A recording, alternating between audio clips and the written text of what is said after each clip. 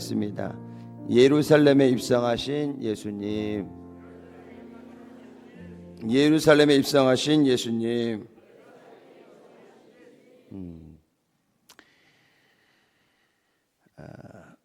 3월 5일이 제수요일이었습니다.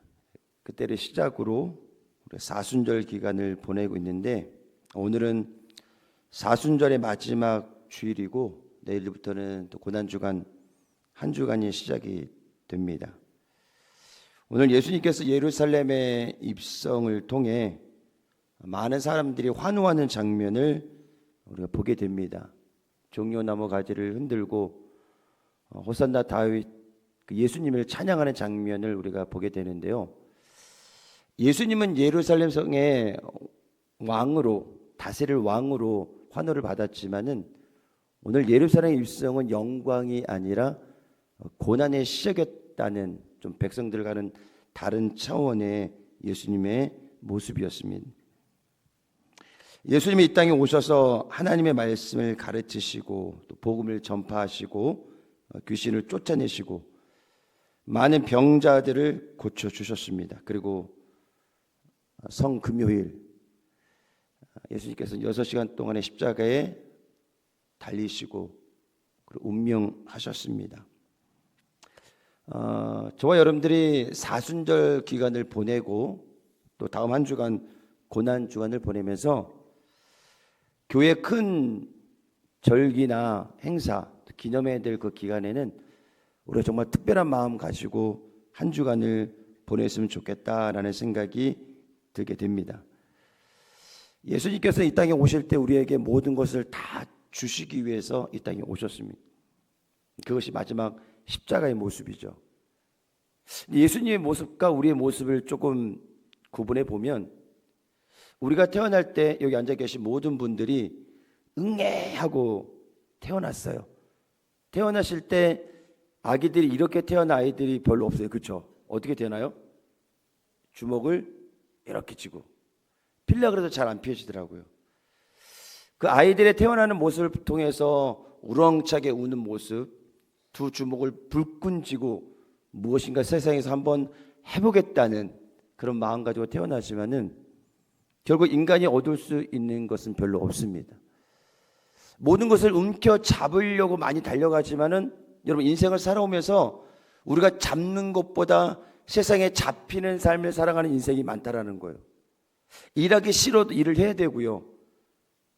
잠을 더 자고 싶은데 일어나야 되고, 내 몸이 고단하고 피곤해도 또 가정을 위해서 오늘 하루 또 나가야 되는 인생, 일하지 않으면 살 수 없는, 돈을 벌지 않으면 살 수 없는, 가정을 지켜갈 수 없는 그런 인생을 우리가 살아가고 있다는 것입니다.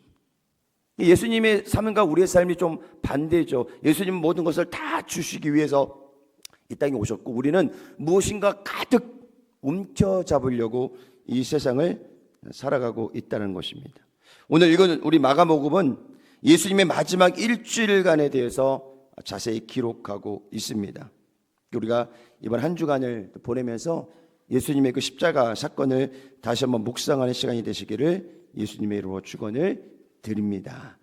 첫 번째는 예수님의 겸손과 낮아지심에 대해서 우리가 함께 알아보도록 하겠습니다.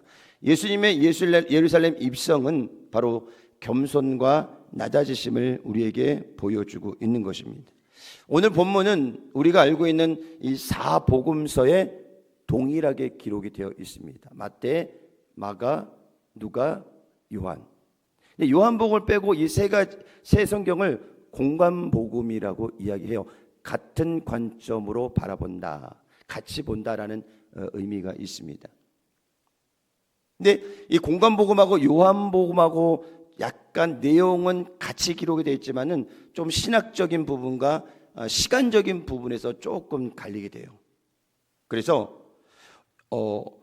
요한복음의 예수님의 사역 중에서 신학적으로 중요한 사건을 기록을 했다면, 공관복음은 시간 순으로 예수님의 공생애를 기록을 했습니다.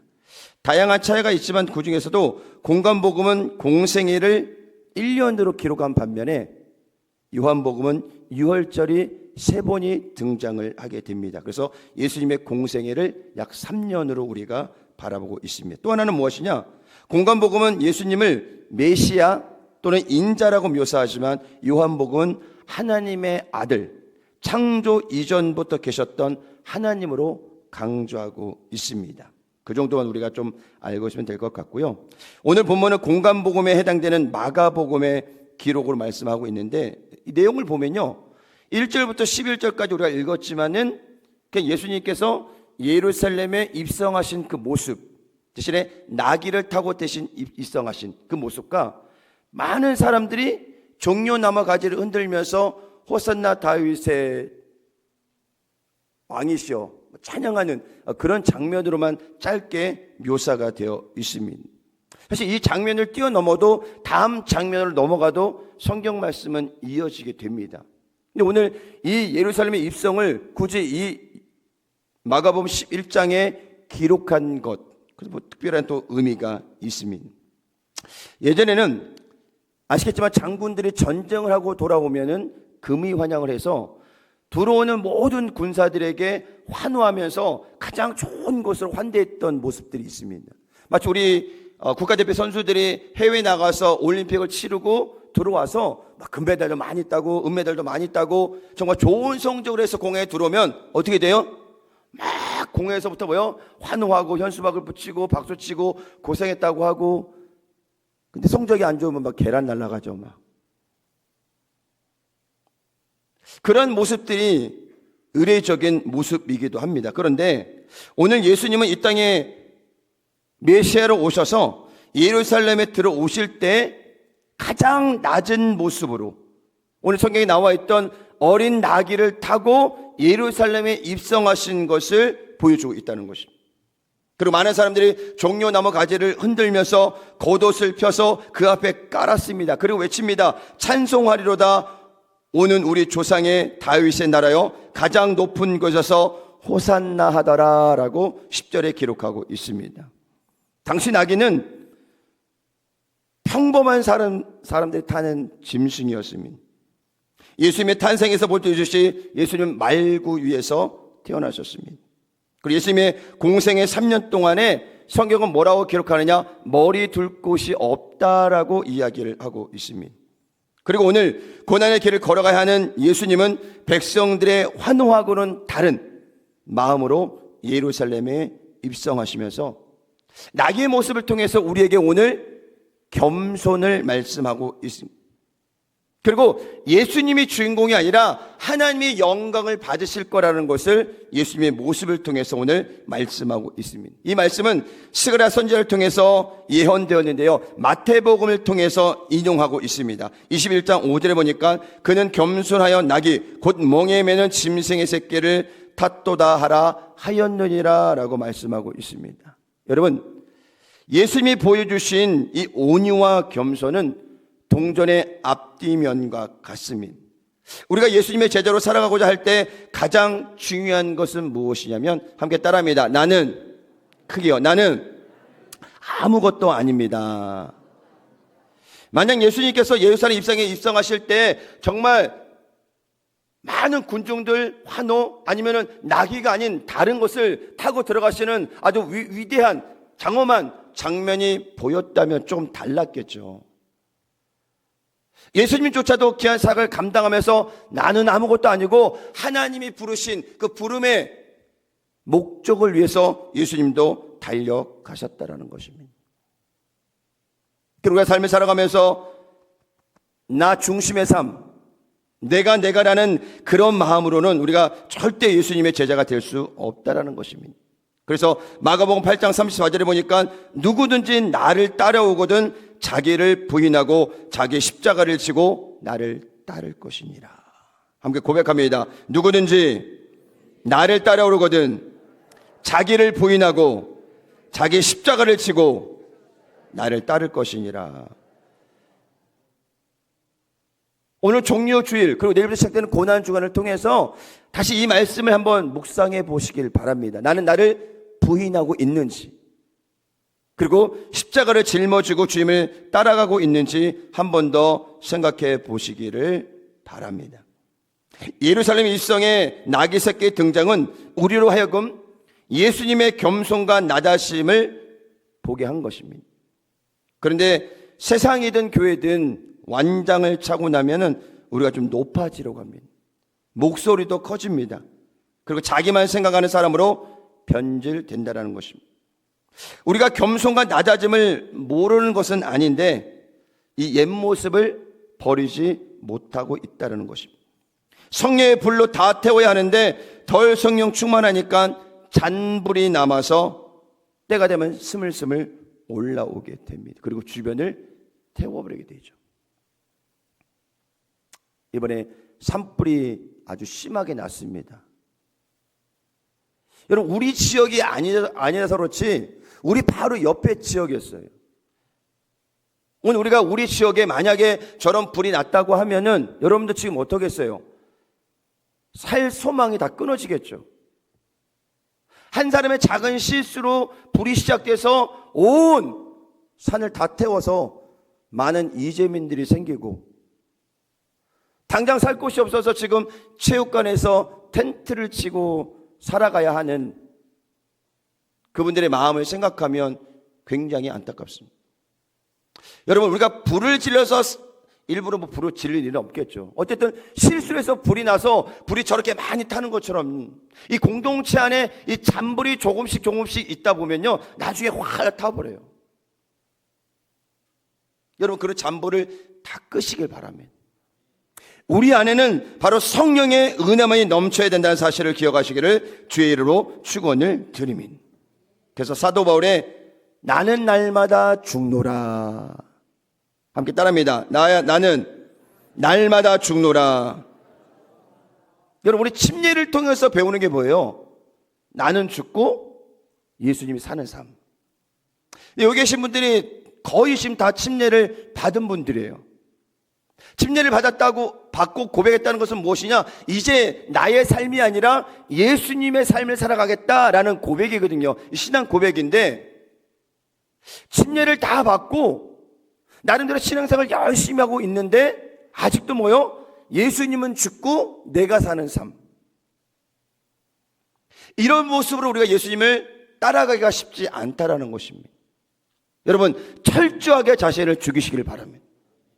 사도 바울의 고백처럼 나는 날마다 죽노라는 고백이 매일매일 내 안에서 신앙으로 고백돼야 한다는 것을 여러분이 기억하시기를 주의 이름으로 축원을 드립니다. 예수님의 보여주신 이 겸손의 모습은 나귀뿐만 아니라 십자가에 달리기 전날 밤에 제자들과 마지막 만찬을 하실 때 허리에 수건을 두르시고 무릎을 꿇고 제자들의 발을 직접 닦아주십니다.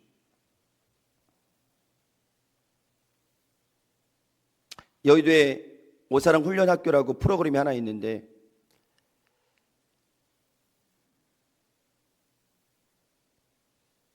목표는 첫사랑의 회복입니다. 많은 사람들이 신앙생활하고 여러 가지 많은 것들을 하면서 잃어버렸던 첫사랑을 회복하는 훈련이 이제 그 훈련인데요. 저는 63기로 갔다 왔습니다. 그리고 봉사자로 2번 갔다 왔고, 그러면서 참가자로 갔을 때도 많은 은혜를 받았고, 봉사자로 제가 갔을 때도 많은 은혜를 받았는데, 제일 많이 눈물이 흘렸던 때가 언제냐? 세족식 할 때 가장 많이 울었습니다. 불이 다 꺼져 있어서요, 누가 내 발을 닦아주는지는 몰라요. 음악이 나오고 누군가가 내 발을 들어서 세숫대에 발을 넣고 한 땀 한 땀 닦아주는데요, 그 봉사자의 손가락이 제 발가락 사이에 들어올 때 눈물이 가장 많이 나더라고요. 더러운 발, 냄새나는 발, 그 발을 한 봉사자가 무릎을 꿇고 아주 정성껏 닦아줘요. 그러면서 예수님을 생각하게 돼요. 예수님의 그 낮아진 모습, 겸손의 모습, 죄인인 우리를 위해서 십자가에 죽으신 그 모습을 생각하면서 감히 내가 이 봉사자에게 내 발을 내밀면서 발가락에 때를 닦아야 되는 그 심정이 몸둘 바를 모르겠더라고요. 그리고 눈물이 많이 났습니다. 발을 빼고 싶더라고요. 죄송해서.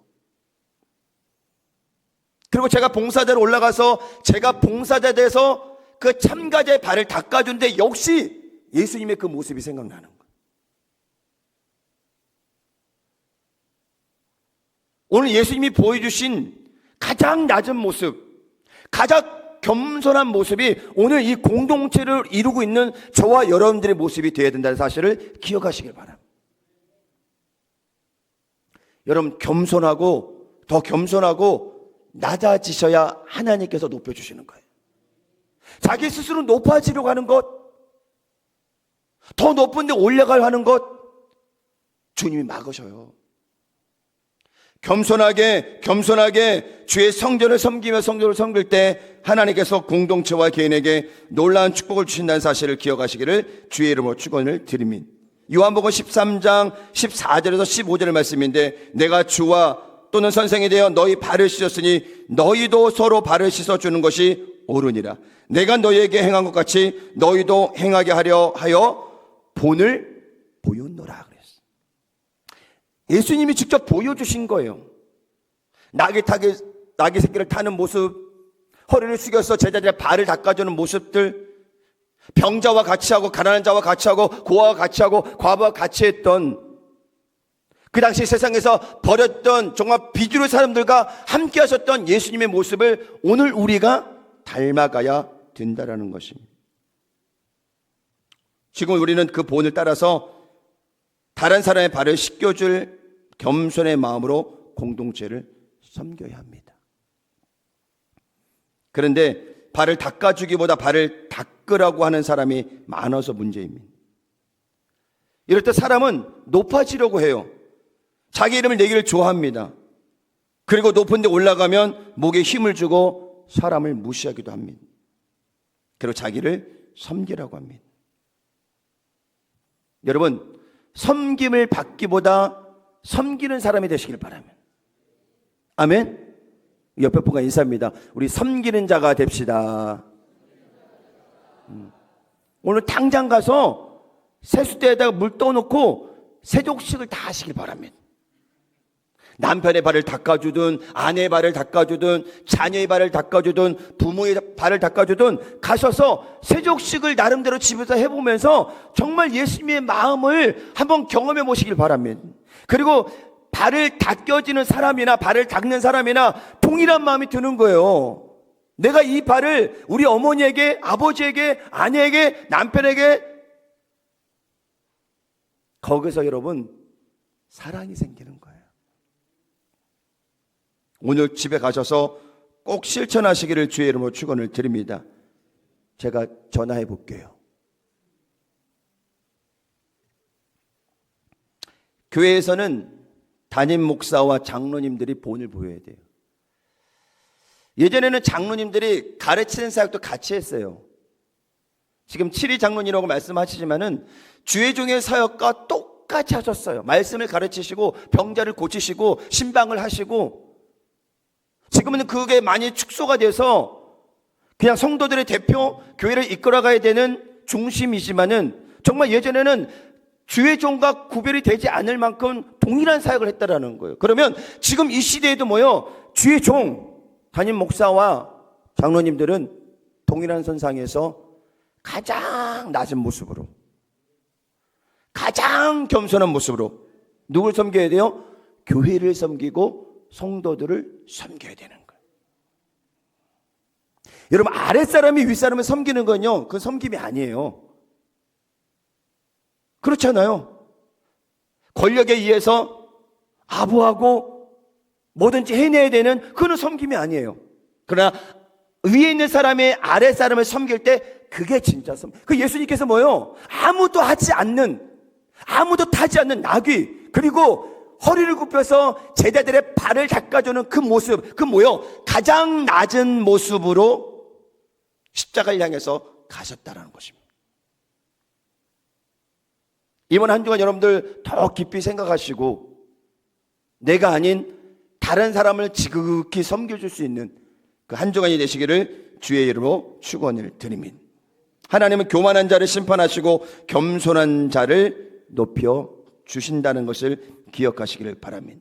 그래서 우리는 몸에 좀 이렇게 힘을 뺄 필요가 있는 것 같아요. 저도 힘을 빼야 되고요. 장로님도 힘을 빼야 되고요. 재직도 힘을 빼고요. 다 빼시기 바랍니다. 어른들도 다 힘을 빼셔야 돼요. 어른이 되면 힘만 들어가면 안 돼요.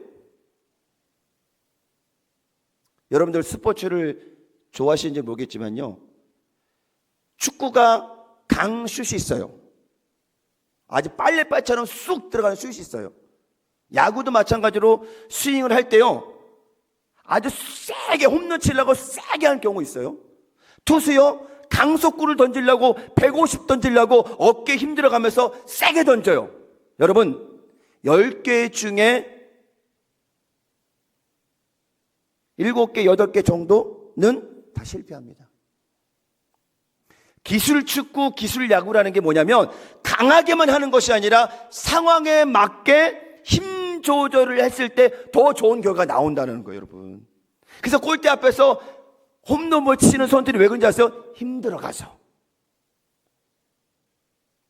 타자가 홈런을 치려고 힘을 꽉 주고 있으면 어떻게 돼요? 파울만 되고 아웃돼요.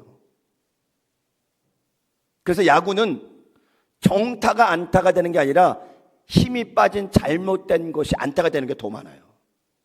신앙생활의 가장 중요한 것은 힘을 주는 게 아니에요. 힘을 다 빼는 거예요. 아멘.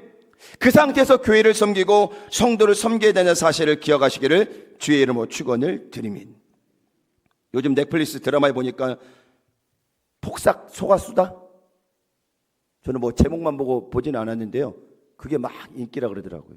여러분들은 기도와 말씀이라 전혀 뭐 드라마하고 상관이 없는데, 그거를 제주도 방언이라 그래요.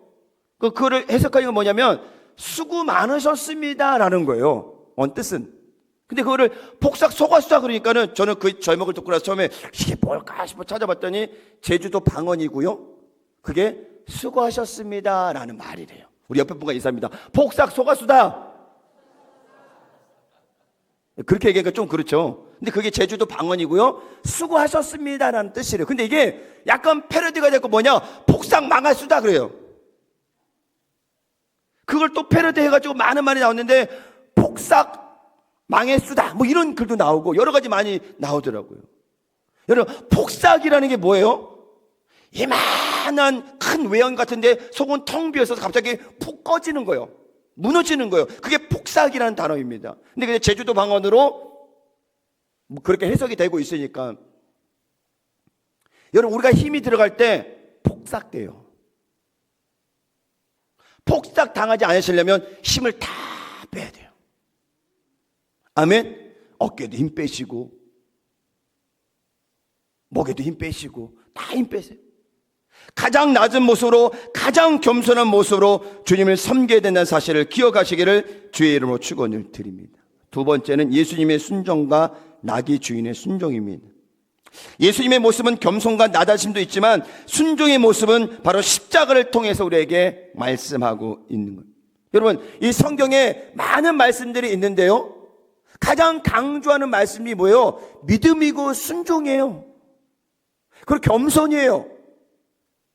대부분 그 말씀들이 많이 이루어지고 많은 사람들에게 그것을 또 강조하고 있어요. 순종하라고, 겸손하라고, 낮아지라고 이야기를 하고 있습니다. 그리고 예수님께서 친히 그 모습을 보여주신 것이고, 근데 우리는 그렇게 살아가기가 쉽지 않다라는 것입니다. 믿음의 조상 아브라함, 번제단 위에 올라갔던 이삭, 순종을 통해서 복을 받았던 이삭을 막 이야기하면서 그 순종에 대해서 많이 이야기를 하고 있지만 실제로 우리는 말씀과 조금 동떨어진 삶을 살고 있다는 것입니다. 여러분, 입술로는 아멘 해보세요. 아멘. 그렇게 잘하셔요. 근데 삶에 돌아가면 노멘 그래요. 하면 노멘. 여러분, 우리 입술의 아멘의 고백이 삶의 현장에서도 동일하게 아멘으로 나왔을 때 그게 순종이 되는 거예요. 근데 여기서는 아멘 나가면 노멘 그러면 안 돼요. 아멘. 우리 옆에 분과 인사합니다. 우리 아멘하고 살아갑시다.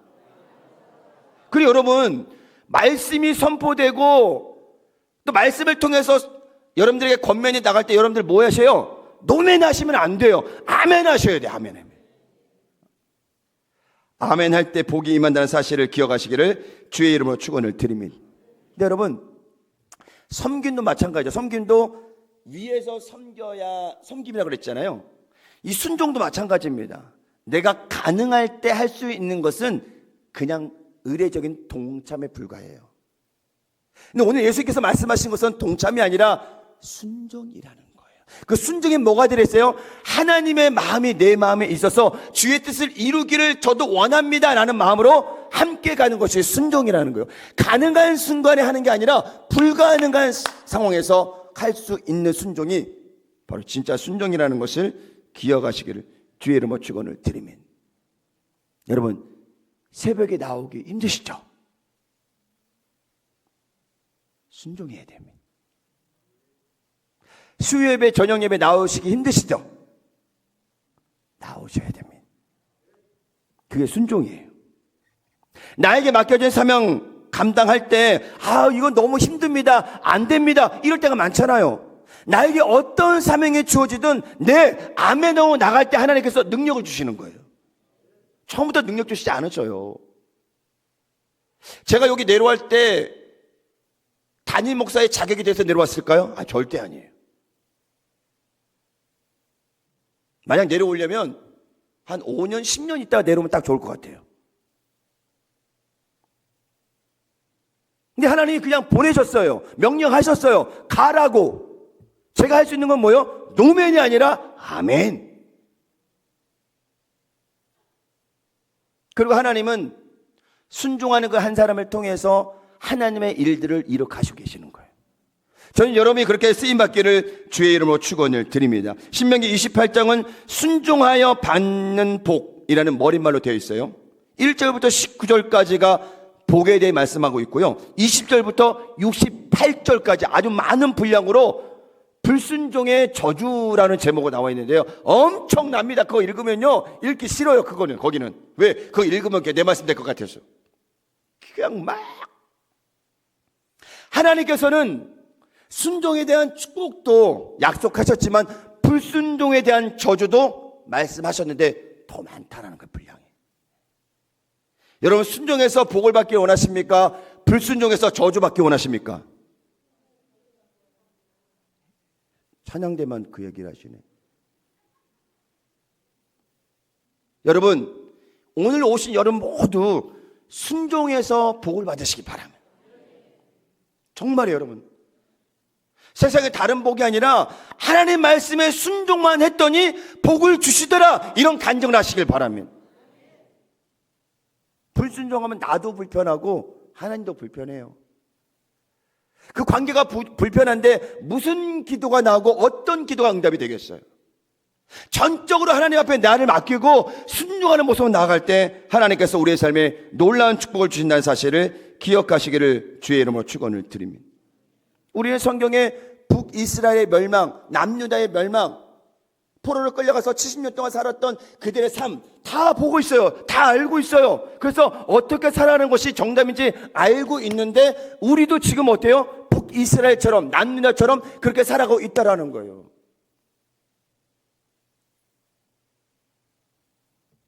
그래서 우리는 그러한 모습들을 보면서 오늘의 나를 발견할 수 있어야 된다는 사실을 기억하시기를 바랍니다.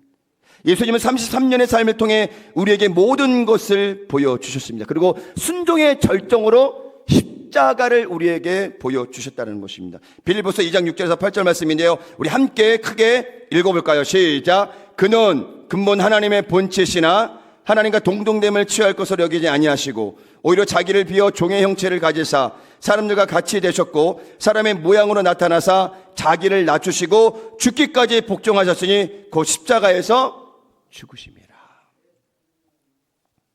예수님도 인간의 몸으로 오셨어요.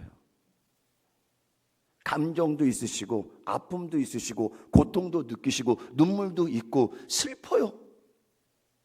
나사렛의 무덤 앞에서 눈물 흘리셨다고 성경은 기록하고 있어요. 그만큼 감정을 다 갖고 계신다는, 그러니까 십자가를 짊어진다는 것은 알고 계셨는데 그 십자가의 고통이 얼마나 힘들고 어려운지를 알기에 겟세마네 동산에 뭐라 그랬어요? 주님 제발 이 잔을 내게서 지나가게 하옵소서. 얼마나 그 십자가의 고통이 이미 마음에 다가왔는지. 예수님은 그 잔을 피하지 않으셨어요. 하고 따라합니다. 나의 원대로 마시옵고 아버지 뜻대로 하옵소서. 아멘. 여러분, 이런 기도가 되시길 바랍니다. 그냥 내 기도만 막 주구장창해서 주님 응답해 주세요 라고 끝나는 것이 아니라 주님, 주님의 뜻을 이루어 주시옵소서. 그게 순종의 모습이라는 사실을 기억하시기를 주의 이름으로 축원을 드립니다. 여러분, 지금 여러분의 삶을 한번 돌아보세요. 우리 삶이 얼마나 이기적인지. 나는 옳다고 했던 행동들, 언어들이 돌아보면 다 틀렸어요. 정치인들이 저렇게 방송에서 자기 옳다, 뭐가 옳다, 이게 정답이야 얘기하지만 여러분 잘 보세요. 다 자기의 유익을 위해서 이야기하는 거예요. 정말 국민을 위해서, 정말 나라를 위해서.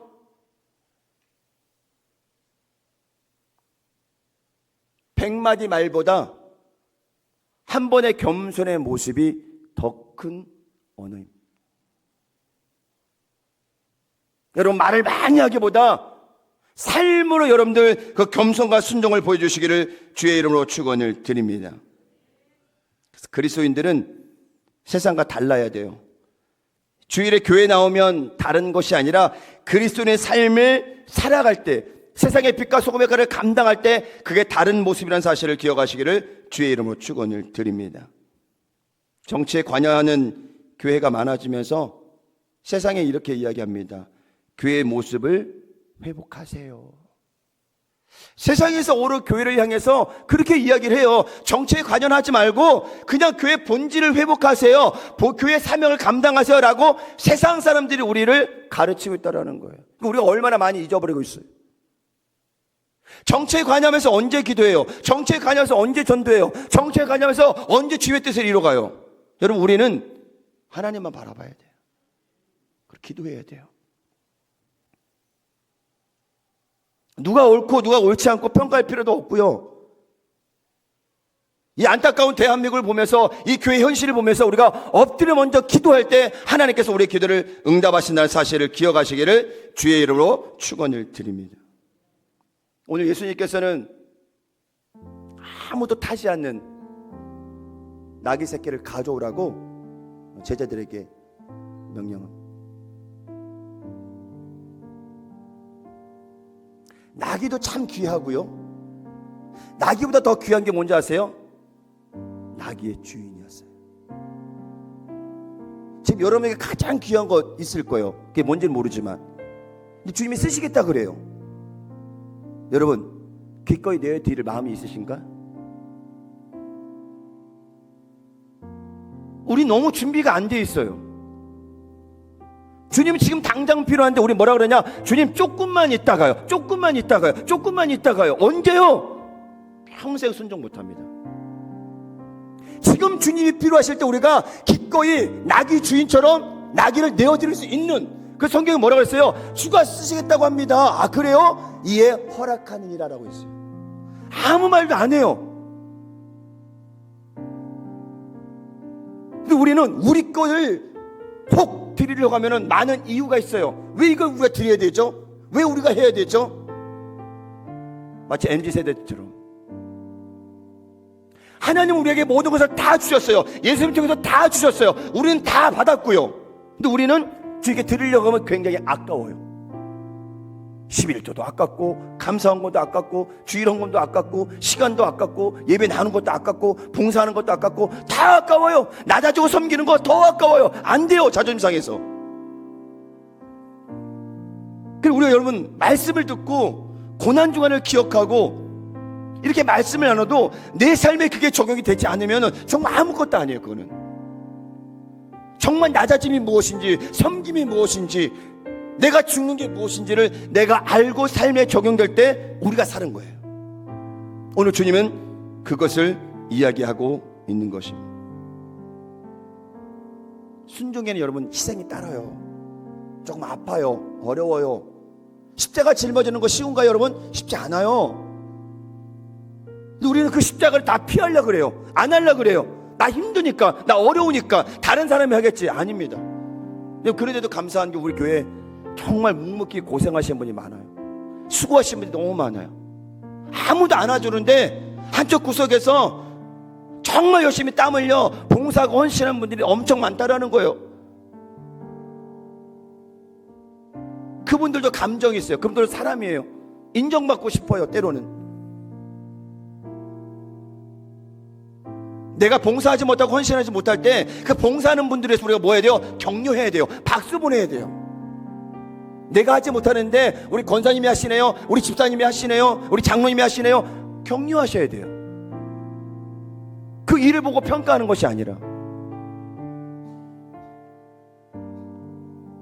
우리 전 성도가 이 교회를 섬기시길 바랍니다. 내가 봉사자가 되고 내가 헌신자가 되고 내 것을 다 드릴 수 있는 마음의 준비가 되어 있어야 된다는 거예요. 그게 오늘 예수님께서 나귀를 타고 예루살렘에 들어가신 그 모습이 오늘 우리에게도 그대로 적용되어야 된다는 거예요.